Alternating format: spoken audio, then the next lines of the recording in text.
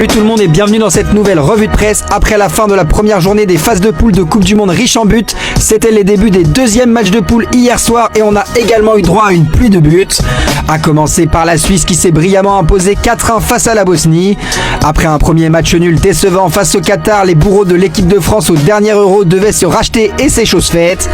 Un match qui a mis du temps à se décanter et comme le placard de Blick sur sa une, la pépite de Fribourg Johan Mazambi est entrée et tout a changé.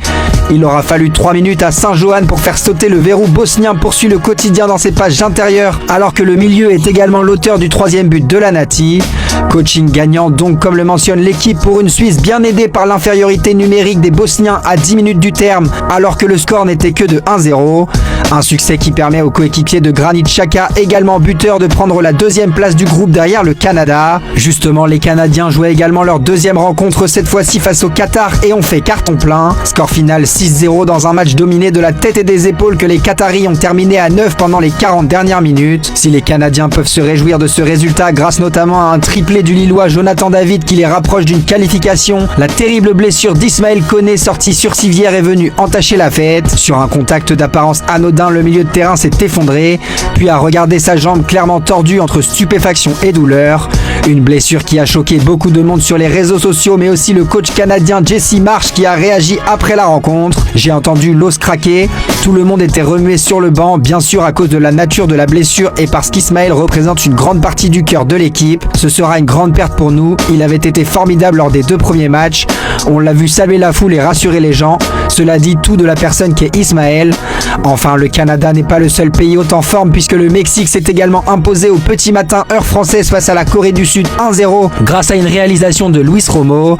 Un deuxième succès en 2 rencontres pour les Mexicains qui leur permet d'être officiellement la première nation qualifiée pour les 16e de finale. Direction la République tchèque à présent. Après une défaite face à la Corée du Sud, les coéquipiers de Pavel Such devaient relever la tête face à l'Afrique du Sud pour se remettre sur les rails. Mais face à une formation des Bafana qui a joué crânement sa chance, les Tchèques ont été tenus en échec un partout et les espoirs de qualification s'amenuisent comme le placard de le Mlada Fronta DNS qui poursuit dans ses pages intérieures en indiquant que jouer 6 bonnes minutes ne pouvait pas suffire. Malgré une entame de match convaincante illustrée par une ouverture du score précoce, les Tchèques ont reculé jusqu'à ce coup du sort cruel à moins de 10 minutes du terme. Cruel pour les Tchèques et pour Pavel Such comme le mentionne l'équipe alors que le Lyonnais entré en jeu en seconde période a concédé le penalty égalisateur sur une main assez sévère. Place à la suite du programme à présent avec de belles affiches au programme de la soirée. Les États-Unis tenteront d'imiter leur homologue mexicain et se qualifier dès ce soir pour les 16e et cela passe par une victoire face à l'Australie. Il y a également un beau duel à venir entre l'Écosse et le Maroc alors que les Marocains n'ont pas le droit à l'erreur face à une formation écossaise victorieuse d'Haïti au premier match. Dans le même groupe, le Brésil privé de Neymar une nouvelle fois forfait devra assurer face à Haïti. Enfin, la Turquie battue au premier match n'aura également pas le droit à l'erreur face au Paraguay. Direction l'équipe de France à présent qui continue de peaufiner les détails avant son deuxième match face à l'Irak prévu lundi soir à 23h heure française. Si les Bleus ont assuré en deuxième période face au Sénégal après un premier acte poussif, un homme cherche encore la clé, il s'agit d'Ousmane Dembélé comme le mentionne l'équipe. Le ballon d'or parisien repositionné dans un rôle différent de numéro 10 avec la présence de Kylian Mbappé sur le front de l'attaque peine à être décisif dans le quatuor tricolore. Même son de cloche pour le parisien qui se pose déjà des questions sur le numéro 7 tricolore. De quoi remettre en cause son statut de titulaire pour la suite de la compétition? Eh bien non, du moins pas tout de suite selon la presse française. D'une part, sa polyvalence est un atout pour les Bleus, d'autre part parce qu'il est respecté par l'ensemble de ses partenaires avec un rôle de cadre dans le vestiaire. Et enfin, son implication défensive est saluée par le staff français. Un mot sur le prochain match, l'Irak justement.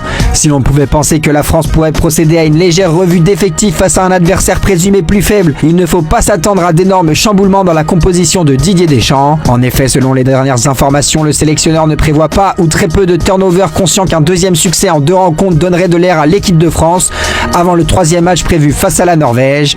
Les Bleus se préparent donc à l'image d'Aurélien Tchouaméni présent en conférence de presse hier. L'occasion pour le milieu madrilène d'évoquer l'ambiance du groupe qui semble au beau fixe. L'ambiance est au top, on a presque tous le même âge, il y a des liens qui se créent, après il y a les entraînements mais on regarde les matchs comme celui du Portugal dans la chambre de Kylian. Une compétition peut être longue car on est à l'hôtel et on a juste envie que les matchs arrivent mais dans le groupe c'est excellent.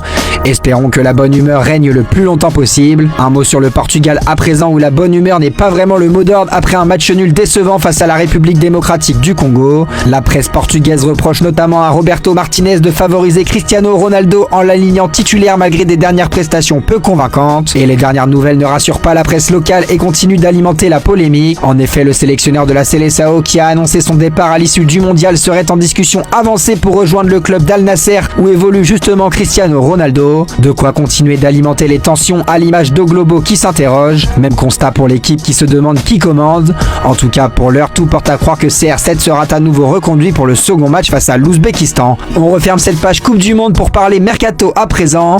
Et en ce moment, le mercato rime avec José Mourinho qui continue de peaufiner l'effectif du Real Madrid pour la saison prochaine. Comme l'indique AS, le Special One souhaite encore un défenseur central malgré l'arrivée officialisée d'Ibrahima Konaté hier et un milieu de terrain. Pour le premier dossier, plusieurs noms sont évoqués. D'une part, le portugais Ruben Dias, mais également les deux pistes de longue date Nico Schlotterbeck et Alessandro Bastoni. Enfin, concernant le milieu de terrain, le média espagnol précise que Mourinho souhaite deux noms, le portugais Mateus Fernandes ou l'argentin Enzo Fernandez qui a déjà clamé son envie de vivre à Madrid. Mais pour cela, il faudra mettre la main au portefeuille et Marca évoque la somme de 120 millions d'euros. De quoi dissuader le Real Madrid? Eh bien pas vraiment, puisque la Casablanca semble décidée à faire des folies sur ce mercato. En plus de Fernandez, Florentino Pérez rêve de Michael Olise et serait ainsi prêt à mettre plus de 200 millions d'euros sur la table pour convaincre le Bayern de le céder selon Mundo Deportivo. Dans le même temps, Sky Germany précise que malgré le discours du Bayern qui indique publiquement qu'Olise ne partira pas, le club serait prêt à ouvrir la porte en cas d'offre d'un tel montant.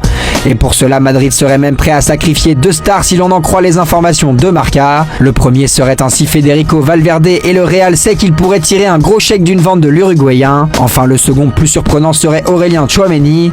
Alors que certains médias expliquaient pourtant que Mourinho voulait faire de lui un indiscutable la saison prochaine, la réalité serait tout autre. La bagarre avec le milieu de terrain uruguayen pourrait donc coûter cher aux deux joueurs impliqués qui apporteraient des fonds précieux à Madrid. Direction l'Angleterre à présent, où le mercato s'anime également du côté de Liverpool qui a officiellement signé la venue de l'Espagnol d'Osasuna Victor Munoz. Quelques heures seulement après les premières rumeurs, les Reds n'ont pas traîné à officialiser la nouvelle sur leur réseau et l'ailier de 22 ans débarque contre 40 millions d'euros du côté de la Marseille. Une arrivée qui en appelle d'autres, c'est en tout cas le souhait, et The Athletic précise que les Reds veulent doubler le PSG dans le dossier Yann Diomandé et qu'ils possèdent une longueur d'avance. Liverpool a ainsi informé le RB Leipzig de sa volonté de proposer une offre approchant les 100 millions d'euros pour convaincre le club allemand de céder sa pépite, tandis que le PSG reste dans la course malgré aucune offre officielle transmise à l'heure actuelle. Le champion de France préfère attendre que le principal intéressé clarifie ses intentions avant de passer à l'action. Enfin, on termine cette revue de presse avec le départ officiel d'Afonso Moreira du côté de Leverkusen. Comme l'a indiqué l'OL sur ses réseaux sociaux, l'ailier arrivé il y a un an dans le Rhône est transféré contre environ 34 millions d'euros. Voilà, c'est tout pour aujourd'hui. Bonne journée à tous. Cette émission est également à retrouver tous les jours sur RTL Sport, la radio digitale 100% sport foot de RTL,